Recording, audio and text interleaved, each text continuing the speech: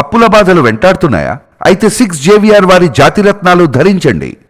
నమస్తే, welcome to our channel. నేను మీ ప్రియాంకారావు. ఈ రోజు మనతో పాటు ప్రముఖ పొలిటికల్ అనలిస్ట్ అంకమరావు గారు ఉన్నారు. వాళ్ళతో మాట్లాడదాం. నమస్కారం సార్. నమస్తే అమ్మా. సార్, ఏపీలో సిపిని బదిలీ చేశారు, అలానే ఒక ఐఏఎస్ ఆఫీసర్ను కూడా బదిలీ చేశారు. అయితే టాటా మీద తీసుకున్న కాంతిరామ్ టాటా మీద తీసుకున్న చర్యలు ఏవైతే ఉన్నాయో, అలానే సిఎస్ మీద కూడా చాలా ఆరోపణలు వస్తున్నాయి. అలానే ప్రతిపక్షాలు కూడా ఆయన మీద ఎన్నో కంప్లైంట్స్ ఈసీకి చేశారు. మరి ఈ నేపథ్యంలో ఈసీ సిఎస్ పై ఎలాంటి చర్యలు తీసుకోబోతుంది, అలానే ఎలాంటి చర్యలు తీసుకోవాలి అంటారు? ఇప్పుడు క్రాంతి రాణా గారి మీద చర్యలు తీసుకున్నారు, బాగానే ఉంది. ఎందుకు తీసుకున్నారు ఆయన మీద చర్యలు? భద్రతా వైఫల్యం అనేది చాలా స్పష్టంగా ఉంది అని చెప్పి. మరి గతంలో ఇదే క్రాంతి రాణా గారు చెన్నుపాటి గాంధీ గారి మీద కత్తితోటి దాడి చేసి కన్నుపోతే దాన్ని ఘర్షణగా చిత్రీకరించి భావోద్వేగంలో జరిగిందని చెప్పని దానికి ఎలాంటి అంటే ఏ విధంగా తేలిగ్గా తీసుకున్నారో మనం చూస్తూనే ఉన్నాం. మరి ఈరోజు అదే క్రాంతి రాణా గారిని తొలగించారు, బాగానే ఉంది. అలాగే ఇంటెలిజెన్సీ చీఫ్ రామాంజనేయులు గారిని కూడా తొలగించడం కూడా జరిగింది. వీళ్ళిద్దరిని తొలగించినప్పుడు ఒకే ఒక్క ప్రశ్న ఇప్పుడు నాకు వస్తున్న ప్రశ్న ఏంటంటే, వీళ్ళిద్దరినీ భద్రతా వైఫల్యం ఉందని చెప్పి తొలగించారు. మరి వీళ్ళు మొత్తాన్ని చూసుకోవాల్సింది సిఎస్ గారు కదా, మరి ఆయన ఎందుకు తొలగించట్లేదు? అలాగే డీజీపీ గారు, మరి ఆయన ఎందుకు తొలగించట్లేదు? ఇప్పుడు 8వ తారీఖు నాడు వెంకటరామరెడ్డి ఆయన ఉద్యోగ సంఘ నేత మీద చర్యలు తీసుకోమని 8వ తారీఖు నాడు ఇచ్చారు. 18వ తారీఖు దాకా చర్యలు తీసుకోలేదు ఆయన. మరి అలాంటి వ్యక్తి మీద చర్యలు తీసుకోకుండా మరి మొన్న బేవరేజ్ చైర్మన్ మామూలుగా దానికి నిర్వహించిన ఆయన కూడా ఆయన్ని కేంద్ర సర్వీసులకు పంపించమంటే ఆయన కూడా రిలీవ్ చేయలేదు. అంటే కేంద్ర ఎన్నికల సంఘం ఆదేశించిన తర్వాత కూడా అమలు చేయలే ఆయన. మరి ఆయన మీద ఎందుకు చర్యలు తీసుకోవట్లేదు ఇప్పుడు కూడా అర్థం కాని విషయం.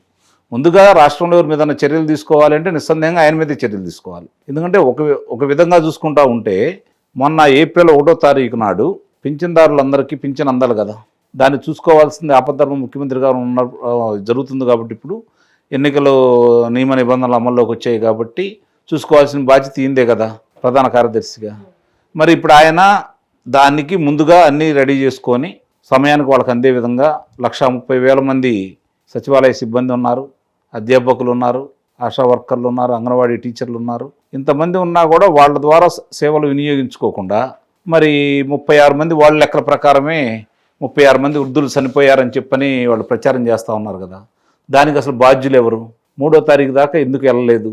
మరి వాళ్ళ ఈ ప్రభుత్వాధినేతకు సంబంధించినటువంటి సాక్షి దినపత్రికల్లో మార్చి 26న చాలా స్పష్టంగా ఇంకొక 2-3 రోజులు ఆలస్యం కావచ్చు, 3వ తారీఖు మాత్రమే లబ్ధిదారులకి డబ్బులు అందుతాయి అని చెప్పని రాయించుకున్నారు. వాళ్ళకి ఎలా తెలిసింది ముందుగా? అంటే వాళ్ళు ఒక ప్రణాళికాబద్ధంగా ఇది చేశారని చెప్పి చాలా స్పష్టంగా అర్థమైపోతూ ఉంది. వాళ్ళు ఏది చేసినా కూడా రాజకీయ లబ్ధి గురించి ఆలోచిస్తారు.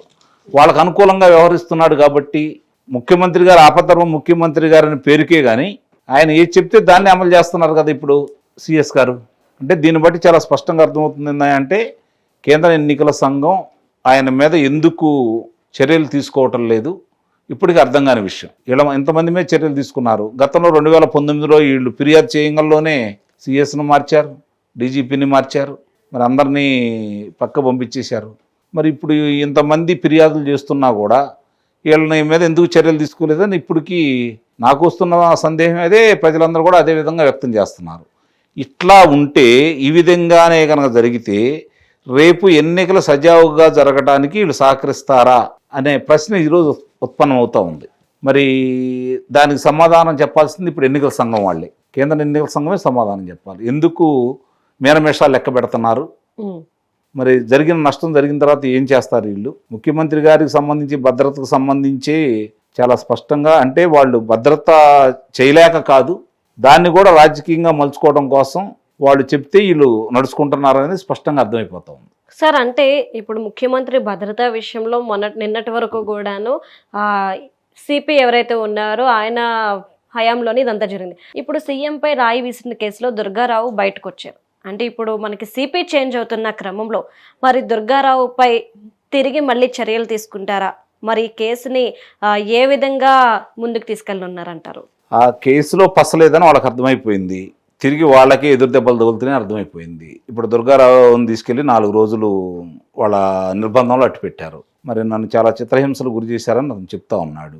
ఏదేం జరిగినా ఇప్పుడు ఆయన బయటకు వదిలేటప్పుడు 7 తెల్ల కాగితాల మీద సంతకాలు పెట్టించుకున్నారని చెప్తున్నాడు ఆయన. మరి ఆయనకు బయటకు వదిలేటప్పుడు ఎందుకు 7 తెల్ల కాగితాల మీద సంతకం పెట్టించుకున్నారు? లేదు, మామూలుగా న్యాయస్థానానికి ఇచ్చినటువంటి అఫిడవిట్లో A2 ముద్దాయిగా ఇంతవరకు పేరు ఎందుకు పెట్టలేదు? A1 ముద్దాయికి మాత్రమే పేరు పెట్టడం కూడా జరిగింది. A2 ముద్దాయిగా పేరు ఎందుకు పెట్టలేదు? దీన్ని బట్టి చాలా అనుమానాలు వ్యక్తం అవుతూ ఉన్నాయి. అంటే ఇంకా కుట్రకోణం ఉంది. స్థానిక శాసనసభ్యుడు బోండా ఉమ్మ గారిని దీంట్లో ఇరికించాలని భావించారు. మీరు ఒకసారి పరీక్షగా చూస్తే ఆ ఉదంతం జరిగిన మహా రోజు వచ్చిన దినపత్రికలో, లేదంటే ఆ రోజు సాక్షి దాంట్లో కూడా నారాసుర రక్త చరిత్రే అంటే మళ్ళీ తిరిగి కొనసాగిస్తున్నారు. ఆ రోజు ఎప్పుడైతే వివేకానంద రెడ్డి గారి హత్యకు సంబంధించి నారాసుర రక్త చరిత్రని ఏ విధంగా ప్రచురించుకున్నారో తిరిగి అదే విధంగా మళ్ళీ ఆయన ద్వారానే జరిగిందని చెప్పని పత్రికలో పతాక శీర్షికలో రాసుకోవడం జరిగింది. ఇప్పుడు అది కాదు, ఇక్కడ జరిగిందని చెప్తున్నారు కదా.